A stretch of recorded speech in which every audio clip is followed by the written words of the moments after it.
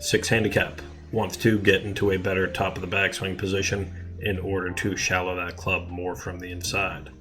Overall, not a bad swing. Does look like you get a little bit jammed up with those arms in this follow through, but a lot of factors could be going into that. And some of those we'll cover, some of those we might just completely forget about.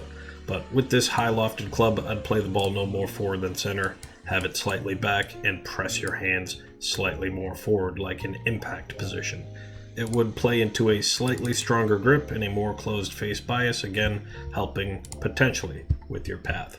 But we'll get a line on the lead hip and watch this quickly from the face on.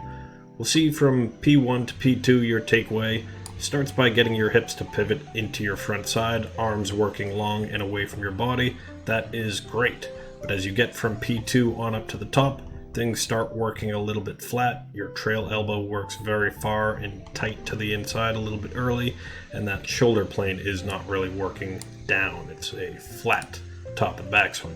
And usually from there, things can work a little bit steep, get a little bit over the top, and I think that your path cutting slightly out to in, combined with the failure to post or create some space with the hips, gives you this jammed up position on the way through. It will be different from what we discuss in your down the line view, but this is more just reaction to what happens given the current path. If you change some of the things we might go over next, some of this might just take care of itself. And looking at your down the line view, we're hunched over a little bit, pretty relaxed posture, slightly on the toes. Stand up, get yourself balanced, and maybe raise that shaft plane up just a little bit higher as well. But overall, again, not bad. As we saw in the takeaway, your arms working straight and away from your body from P1 to P2 has your club perfectly on path with a face angle that lines up square. Your takeaway is great. From P2 on up to the top, as we noted, the trail elbow tucks in. Things stay rather flat as you're getting up to the top, and that will inevitably want to start looping its way up and over. We'll just see the inevitable here as things get really long in the first place for a wedge. I wouldn't be over swinging this long with your short clubs. But relative to the primary path line, if we clean things up a little bit, we'll see that your face control hasn't really strayed. That's good, but your path has shifted a few degrees above the line and a few degrees across. That's a fade or a pull type ball flight. I do believe that if you can work your takeaway from P2 on up to the top, so here's P1, here's P2, changing this from here to be much more vertical, you'll do that by feeling a much more extended right arm. Do not bend and collapse that right arm. That's what gets you flat, and that's what gets you working yourself over.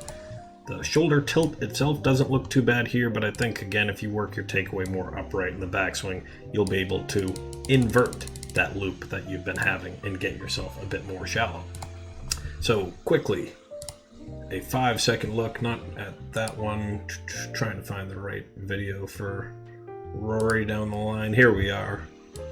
With the path line, he's also working a alignment stick to the inside to keep himself from getting too far shallow in the takeaway. So the objective is to get that club up and away. We'll see the face angle there, still pointed down, but he is much more above the path coming back. Then things start to tuck in shallow with that trail elbow, then bringing himself down and more inside. So in order to get more shallow, you have to get more upright in the way back and then more shallow on the way down. Good luck with those changes. Sendaswing.com.